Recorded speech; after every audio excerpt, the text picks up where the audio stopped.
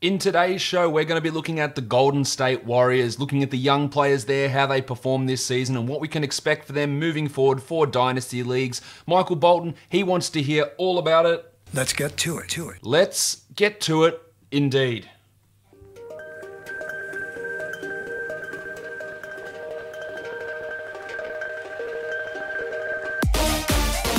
You are Locked On Fantasy Basketball, your daily fantasy basketball podcast, part of the Locked On Podcast Network, your team every day. Hello and welcome to the Locked On Fantasy Basketball podcast brought to you by Basketball Monster. My name is Josh Lloyd and I am the lead fantasy analyst at basketballmonster.com and at Yahoo Sports Australia. And you can find me on Twitter as always at redrock_bball and on Instagram at Locked On Fantasy Basketball. Today's episode is brought to you by Built Bar. Built Bar, one of the best protein bars you can get. The taste of those bars is absolutely fantastic. And if you go to builtbar.com and use the promo code Locked On, you get $10 off your first box.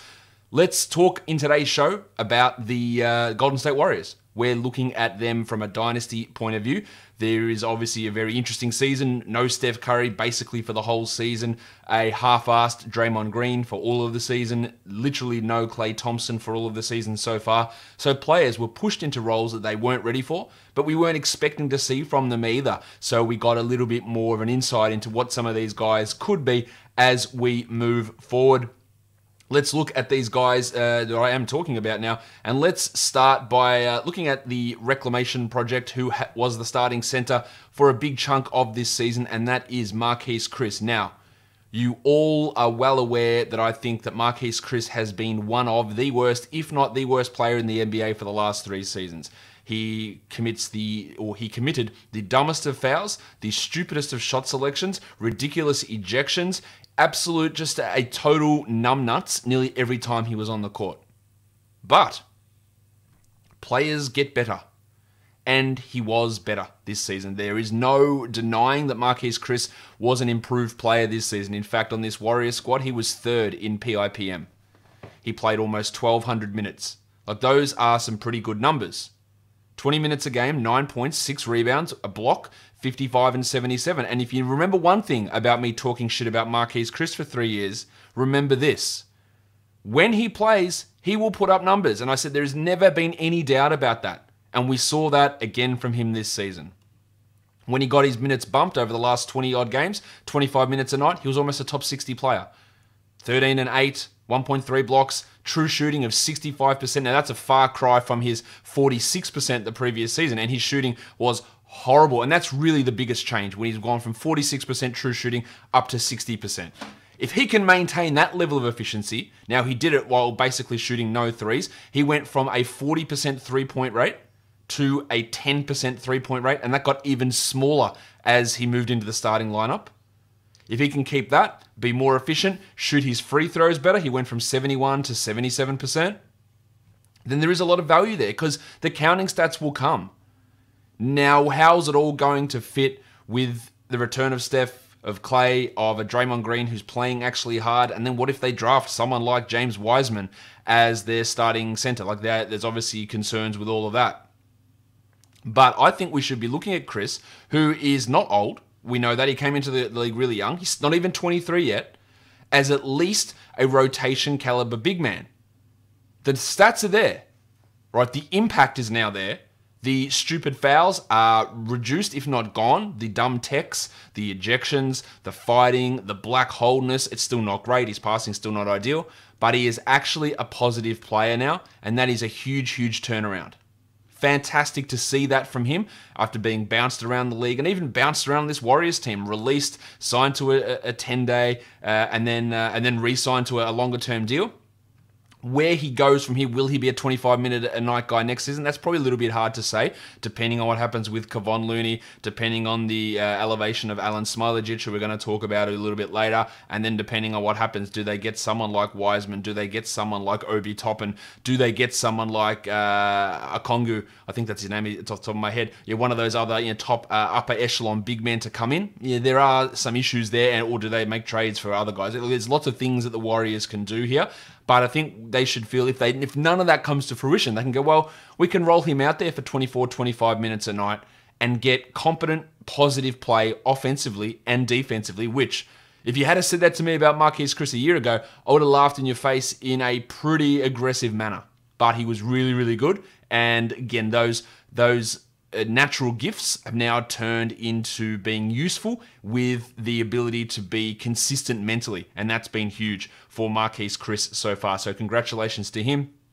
And I think that he might even have like another one or two top 100 seasons in him at this point. I don't think he's a long-term excellent starter that, hey, we've got our position sorted, we've got to rely on him. But it's been pretty good to see what he has done so far this season. All right, now I've got to tell you guys about Built Bar. Built Bar is sponsoring today's podcast, and they are a great sponsor. Now, you all know that, hey, it can be hard to stay in shape while we're in lockdown, in quarantine, and in the past, protein bars have tasted like dirt, ash, I don't even know, some horrible descriptor, because you taste them and you go, oh, I know I'm supposed to eat this because it's good for me, but man, this taste is just rough. That's all different with Built Bar, because Built Bar is absolutely delicious. Not only are they delicious, they are healthier for you than majority of other protein bars. Way less sugar, high protein, calories down, carbs down. Built Bar has no crazy additives, just protein and great taste. It's pretty amazing. You taste them, you go, how the hell can this actually be good for me? A superb array of flavors. And if you are someone who's dealing with nut allergies, they have a whole range that is processed in a nut-free facility, nut-free flavors. They're also going to be bringing out some new flavors on May the 10th, chocolate cookie dough, mango, peach cobbler. They are coming as a special offer. But you can get those and use our promo code. And again, our promo code is exactly what you want to do, because that helps support not only this show, but gets you $10 off your first box. So go to builtbar.com and use the promo code LOCKEDON. I'm going to be doing that multiple times because these are the best protein bars that I've ever tasted. So go to builtbar.com, BUILTBAR.com, and the promo code is locked on, and you get $10 off your first box. Go and check out builtbar.com. Proud to have them as supporters of the Locked On Fantasy Basketball podcast. Let's go now on to the next guy, and this is one that I think many people are going to be interested to hear about, and that is the Triangle, Eric Paschall. Now, I did a redraft of the 2019 draft a couple of weeks ago, and I recently got a comment on the YouTube video of it. Oh man, you guys sleep on Paschall. He's way too low. You don't think he's good. Now he was picked in the 40s. I think I had him redrafted in the late 20s. And we look at what he's done this season. He's played 28 minutes a night. Really surprising for a second round guy. 14 points, really solid. But is he actually good? I think the information that we have would say no, not yet. He is absolutely dead last on this team in PIPM with a astonishingly bad negative 3.32. That is a horrendous number. That is worse than Kevon Looney, Omari Spellman, Michael Mulder. It is worse than Jordan Poole. That is how bad we are talking. It's bad. Now, the 14 points are nice, and I think a lot of the Paschall narrative is he went out there. Early on, we saw him push into that starting lineup in that game against Portland. He had 34 and 13 and went bananas. The game before that, he had 25 points. You go, man, this guy scores. And we all love a scorer. What else does he do?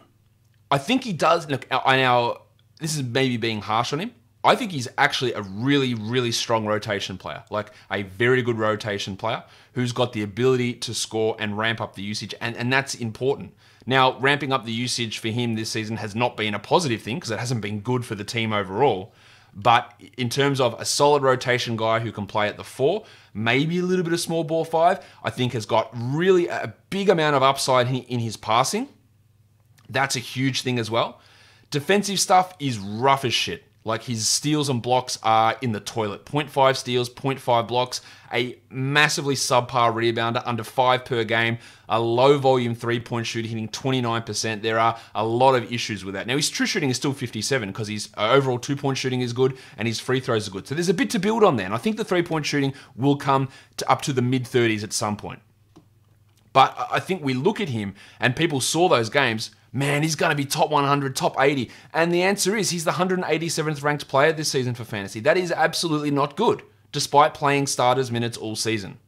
He is not a good per minute player at this point because of the low steals, the low blocks, the low threes, the average field goal, the below average rebounds. Like all he is doing as at a positive is his scoring at this stage. And that's not getting it done. It's like a very, very much worse case Andrew Wiggins in terms of fantasy profile. Now he can get better. The defensive stuff I'm not sure about. Passing, yes. But will he ever get an opportunity again to be in a scenario where he's like, Eric, go out there and just chuck up shots like he has this season? That might come in 5 years' time. Like, I'm not sure that's going to happen. And if he offers nothing else apart from those numbers, like what value is he bringing?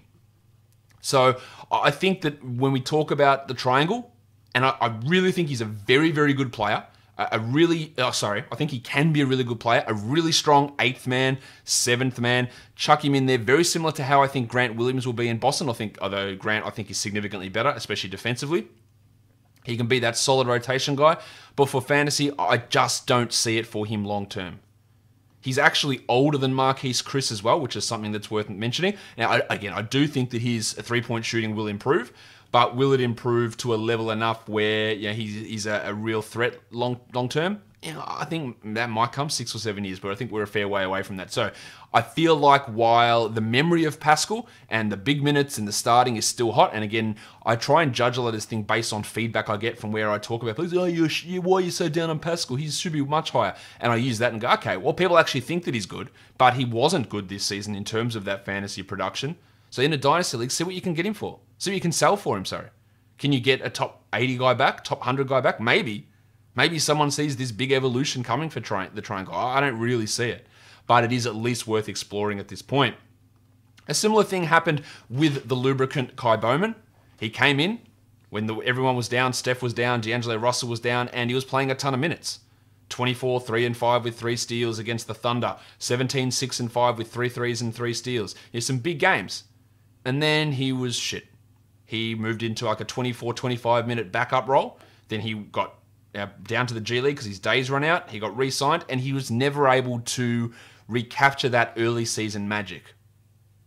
In fact, despite playing 23 minutes a night, he's only the 223rd ranked player this season. Now, the high steal rate for him was relatively encouraging, but he didn't shoot threes well, 31%. It got worse as the season went on. In fact, over his last 10 games, he was at 11% from 3. The assist rate was very low, no rebounds, no threes at a high volume. Again, I think we saw those couple of big games and said, look at these Warriors, they're so plucky. Paschall and Bowman off the scrap heap, leading them to wins. Wow, that's fantastic. And then when people come back and get healthy, he's just not worth a starting spot or a backup spot or maybe even a third string spot. That's not to say that he was bad. He had his moments. But even his G League numbers. He played 12 games in the G League this season. 32 minutes and averaged under 15 points. Under 6 assists. In fact, under 5.5 assists. Shot 20% from 3 there as well. Like, these are all troubling numbers. So, again, like Paschall, some of the shine has come off the Bowman rose a little bit here. But there is, I think, still more value in him. In terms of what his dynasty value actually is, what it is perceived to be versus what I think it actually is going to be as we move forward. Now, again, Curry is the starting point guard. They could very easily, and they probably should look for another guard in this draft. Killian Hayes, LaMelo Ball, one of those sort of guys is the way I'd be looking at them from the Warriors' perspective. And Bowman, to me, he's very similar to me, in my opinion, like a guy we saw come in and have a few big games for the Nets a few years ago, Isaiah Whitehead, like that sort of play. Oh shit, look at this, Isaiah Whitehead, and then out of the league in 2 years. And I get the feeling that's probably going to be what happens with Bowman, is he's been found out a little bit so far in this season after that initial start. And again, I talked about Paschall being the worst on this team in PIPM. Bowman is third worst at minus 2.62. Offensively struggled. Actually, defensively with some okay numbers, and that steal rate's a real positive for him. But overall, I just don't think he's all that good. The next player we look at is, of course, Dragan Bender. And by of course, I mean, it's just strange to see him here. I thought he did okay this season. In the limited minutes, he's never going to be a good player. He's never going to be a high-minute, high-producing fantasy player. But as he showed himself to be, again, he's not even as old as Marquis Kris. He's only 22 and a half years old. Can he be a rotation big man? Yeah, he sort of did that in Milwaukee. He did that at times at Golden State, but he is never going to be a good fantasy player. He just doesn't do anything at high permanent value. His percentages are rough. I thought he had passing ability coming out of Europe. Hasn't been the case at all. But I think he's shown that he can be at least a solid enough NBA player, but in terms of fantasy value, it's really, really low. But again, averaging 7 and 5 in 18 minutes is okay. There's just not much else there. And he's still really, really young. One of the youngest players on this team, amazingly. But I just don't see it for Bender ever transitioning into anything better than what we've seen this season. This is probably where it sits for Dragan as we move forward. The next guy I'll talk about is Michael Mulder, who only played 7 games for the Warriors. 29 minutes a game in those 7 games. So the Warriors were obviously just throw whatever shit out there and see what happens. 11 points, 2 threes. And that 2 3 stands out and you go, okay, 2 threes. Did he do anything else? No. 1 assist, 3 rebounds, 0.3 steals, 39% shooting. Rough numbers. And he was getting that start because Clay was out. You're going to have Steph, Clay, we go. Look, there's your 1, 2, 3. Maybe a guard, wing drafted as well. Mulder was solid enough. He is 25 years of age already. At least he did show an ability to hit some threes. And this season in the G League, 17 points per game, 40% from 3. He was at 41 last year. Hit almost 4 triples a game in the G League. But still does absolutely nothing else. You want a 3-point streamer in a deeper league and he's in the rotation, sure, he comes in and hits 2 threes a game. I think he can easily do that. He just does nothing. He's like a bargain basement Nick Young, which has value on a real-life team in certain scenarios, but in terms of him pushing into anything good fantasy-wise, I'm not really sure it's going to be there. His PIPM was okay, actually exactly neutral, 0. Marginal negative defensively, marginal positive offensively, and that makes sense when you watch him play. But in terms of high hopes moving forward, they're not really there. This guy was terrible this season. Let's be honest. Jordan Poole, second worst on this team. PIPM, negative offensively, negative defensively. Negative 3.04 is a horrible number. But I thought he looked better as the season went on. 27 minutes a night over his last 9 games, 14 points, over 4 assists, 50% shooting, including 35% from 3. Now, his true shooting over the season is 45%, which is an abject disaster. But that's mainly because he was I think him and Cam Reddish for the first 2 months of the season were fighting each other to be the worst player in the NBA. But Poole improved. They stuck him at point guard at one point. And he played well. The assists started coming. He was finding his shot better. He looked a lot better. In fact, he had a string of 10 consecutive games of double-digit scoring, and I think 12 out of his last 13 games he had double-digit scoring. Only this one weird game where he played 16 minutes and scored 0 points in there. Everything else was pretty strong with good assist numbers, good efficiency. He looked much better down the stretch. Can he ever be a good contributor? I think defensively there are going to be big concerns with him. It's all going to come down to efficiency. We're probably 2 or 3 years away from him being a league average type shooter. Can he be a 40% three-point guy? I do think that the ability is there for him to do it. We obviously didn't see it this season, but those encouraging improvements are exactly that, encouraging. He only played 3 G League games, but he dominated. 26 points, 42% shooting from 3, 9 attempts per game, 6 rebounds, 5 assists, almost 2 steals. Dominated. That is what you want to see. Go down there, kick their asses, come back up better, and he did exactly that. So while Bowman and Paschall outperformed their expectations this season, Poole probably disappointed. But if I'm taking one of those 3 in terms of dynasty upside, it's definitely Jordan Poole. I think he's got the ability to be a Lou Williams type who can handle the ball a little bit, suck on defense, but handle the ball, high volume threes, score a lot. Now he needs to get to the line more. We didn't really see that too much from him. He needs to do that more to be more in that Lou Williams guy. Maybe that's never him. Maybe he's never just going to be that player who gets to the line a lot. He did average 5 free throw attempts per game for Santa Cruz, though, so that's interesting. But there's a lot to like with Poole. He's only 20 years of age. He's about to turn 21. And taking that step... Now, that might just be a 9-game anomaly where he went, mate, he played well for 9 games and he's going to be shit again, because that happens quite a bit. But I was encouraged by the steps that he took, and no hesitation, have him over Bowman. Like, absolutely no hesitation. You could argue with Paschall in terms of their dynasty value. I think Paschall has a much higher floor in terms of being a contributor to winning basketball. But if we're talking about who's got a higher upside to be actually a decently good fantasy player, or could be more of a ceiling raiser type of guy, I think when I'm looking at it that way, I have to look at Poole as potentially that player. When I did my redraft, I did have Paschall ahead of Poole. I had Paschall at 24 and I had Poole at 29, but that's because we're in that area. Hey, who do I know is going to be a rotation player? And that's Paschall. Whereas Poole, the chances of him being that guy is probably lower. But that late season surge, and if you're swinging for the fences in fantasy, and his game is a bit more fantasy friendly than Paschall, I think Jordy might be that guy to go for.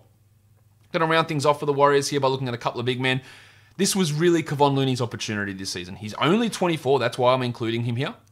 But he had the opportunity with no centers on this roster to come in, start, play 27 minutes, and be a real top 100 guy.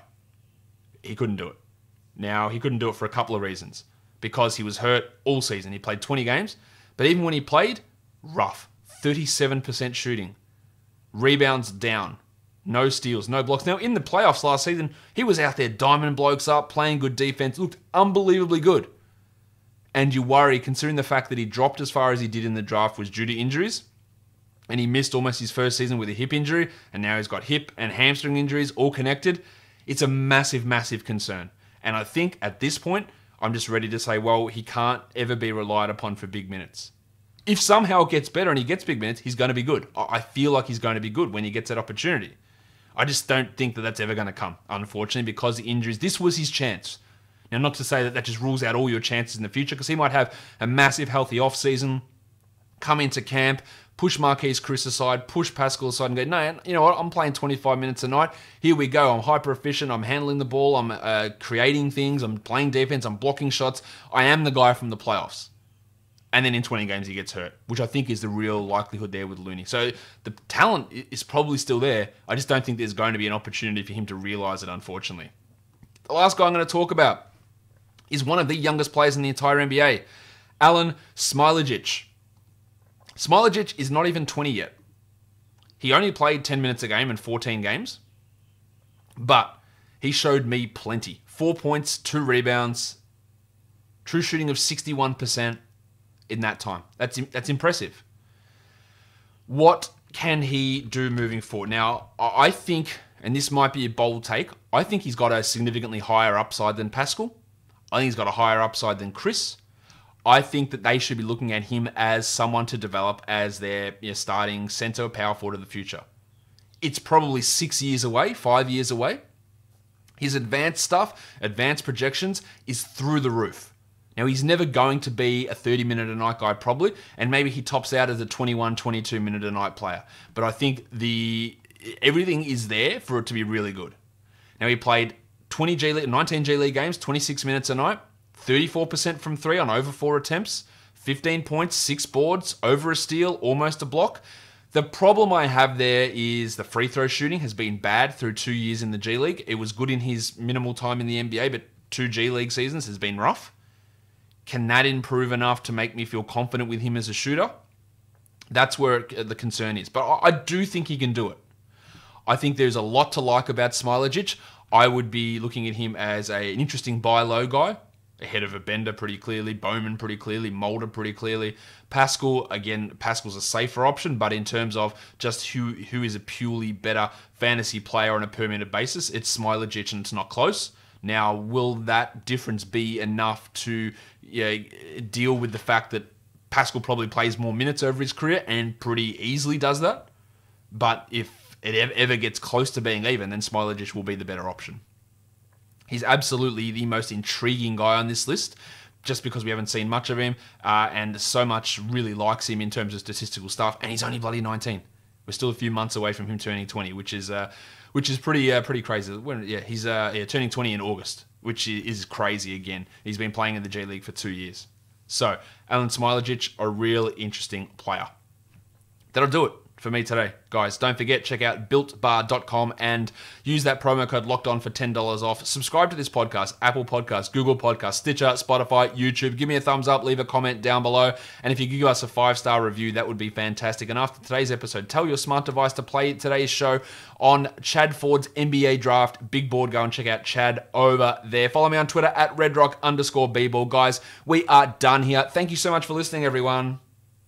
See ya.